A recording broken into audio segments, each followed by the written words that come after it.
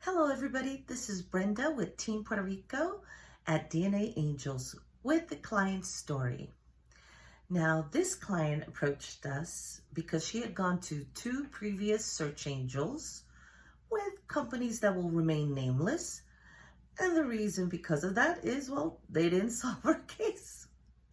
The difficulty that they were having was that this was a Puerto Rican case. And every Puerto Rican knows that whereas other ethnic groups get their DNA match lists separated into maternal and paternal side, ours, we don't get that luxury. The reason is because we are related to everybody. So our match list will say both or unassigned. So it makes it for difficulty to solve it. We decided we were going to take this on. We got to work. We mapped out her great-grandparents. Of course, we were able to find them all in Puerto Rico.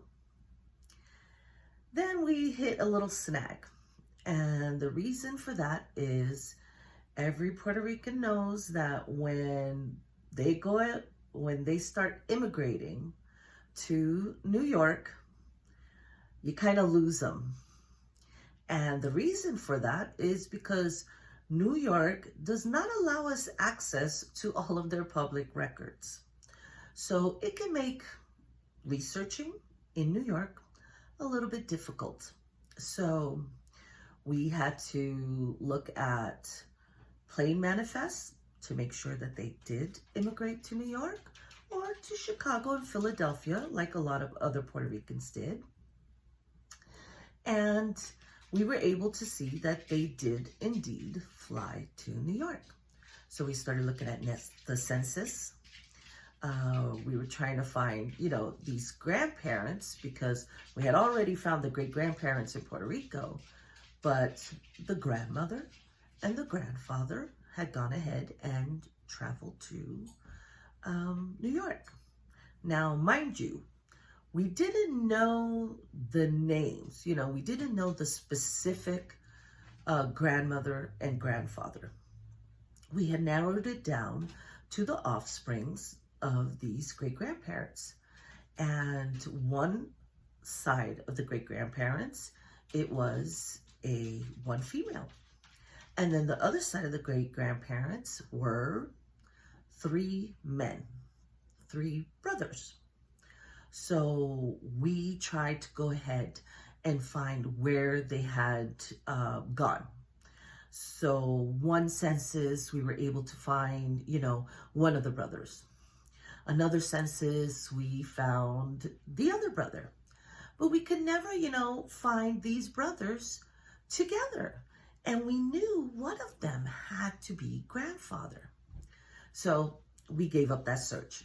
We started looking at grandma because we had narrowed it down to this one woman. But when we started to look at her, we realized, hey, wait a minute. Every single census or every single time we find documentation for her, she is with one of the brothers and with kids being added on. So we were like, whoa, what's going on here? Is she hopping from, one brother to the next, having children with this one, and then getting involved or married to the next one?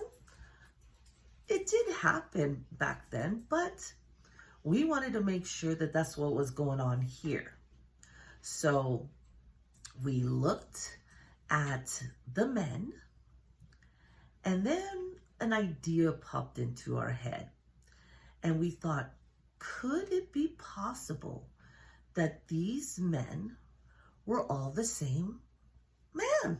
That these brothers, that it wasn't 3 brothers, that it was just one man. Now, the names, of course, were very, unusual names. You're talking about Eustacio, Anastasio, Eusebio. So we thought that we had 3 different, brothers, 3 different men.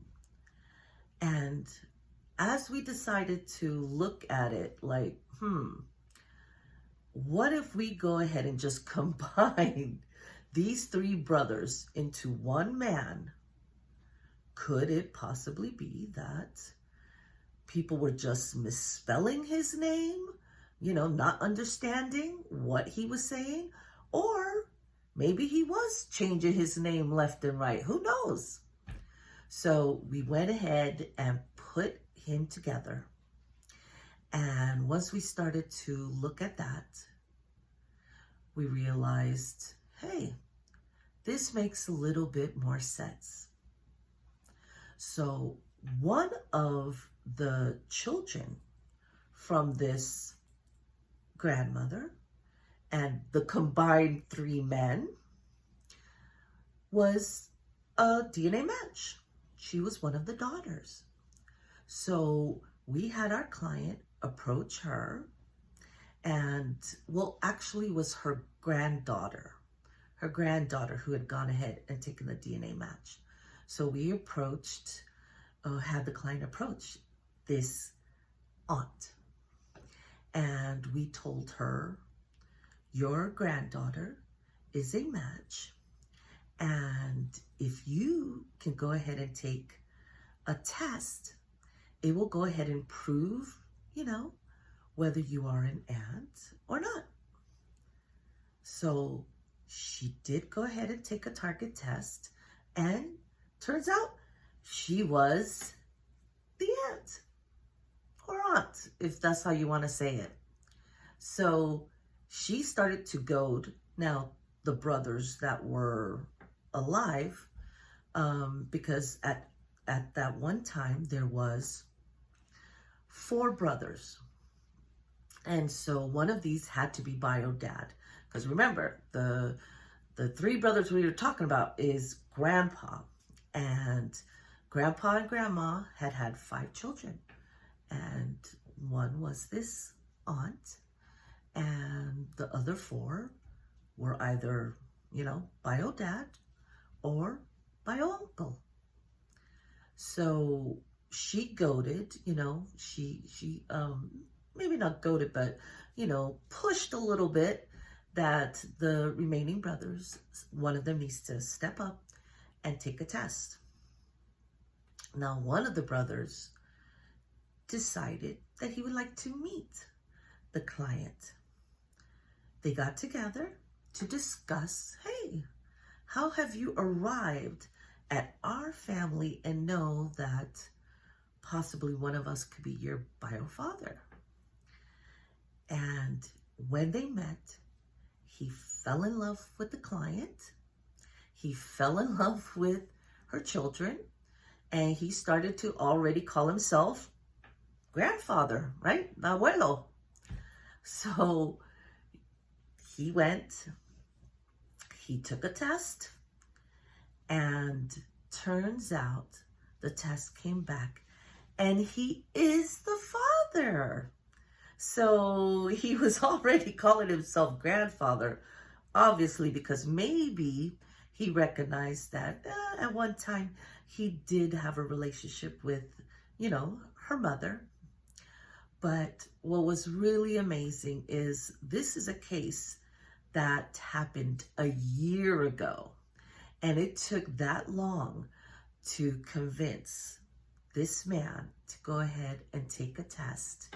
And so a year later, she has verification that this is indeed her father and that her grandfather had 3 names. So have you ever come across a situation like that in your own tree where you have a man that his name is questionable and changes with each decade? Let me know what you think. And remember, this is the giving season. So please donate to DNA Angels and make us your charity of choice. Bye, everybody.